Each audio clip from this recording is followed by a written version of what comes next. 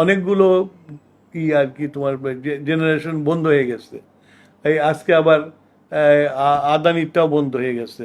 তারপরে এই যে কোল ফায়ার যেগুলো ছিল সেগুলোরও সাপ্লাই কমে যাওয়ার জন্য তাদের স্লো ডাউন করছে। এসব করে আর তারপরে আমার গ্যাসের পাওয়ার স্টেশন চালাতেই পারছি না আমরা, গ্যাসের পেশা পাচ্ছি না আমরা। সব মিলে দেশে একটা ঘাটতি হয়েছে। সেই ঘাটতিটাকে ম্যানেজ করার জন্য আমরা সব জায়গাতেই মোটামুটি কিছু কিছু ঘুরে ঘুরে লোডশেডিং দেওয়ার চেষ্টা করে এটাকে সিস্টেমকে ধরে রাখার চেষ্টা করছি।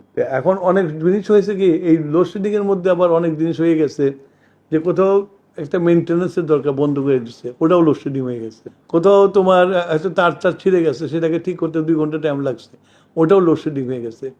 সুতরাং সব বিদ্যুৎ না থাকে কিন্তু লোডশেডিং না। লোডশেডিং হলো যেটা আমরা এখান থেকে বন্ধ করে দিচ্ছি, সাপ্লাই বন্ধ করে দিচ্ছি।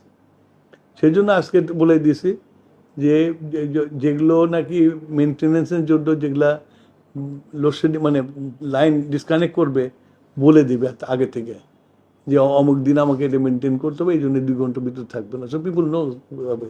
এগুলা করছি, মানে যত রকম কমফোর্ট দেওয়া দেয় সেটা চেষ্টা করতেছি আমরা। এবং আজকে থেকে আমি বলে দিছি যে লিকুইড ফুয়েলের যতগুলো পাম্প আমার পাওয়ার স্টেশন সকলে চালাতে বলে দিচ্ছি আমি।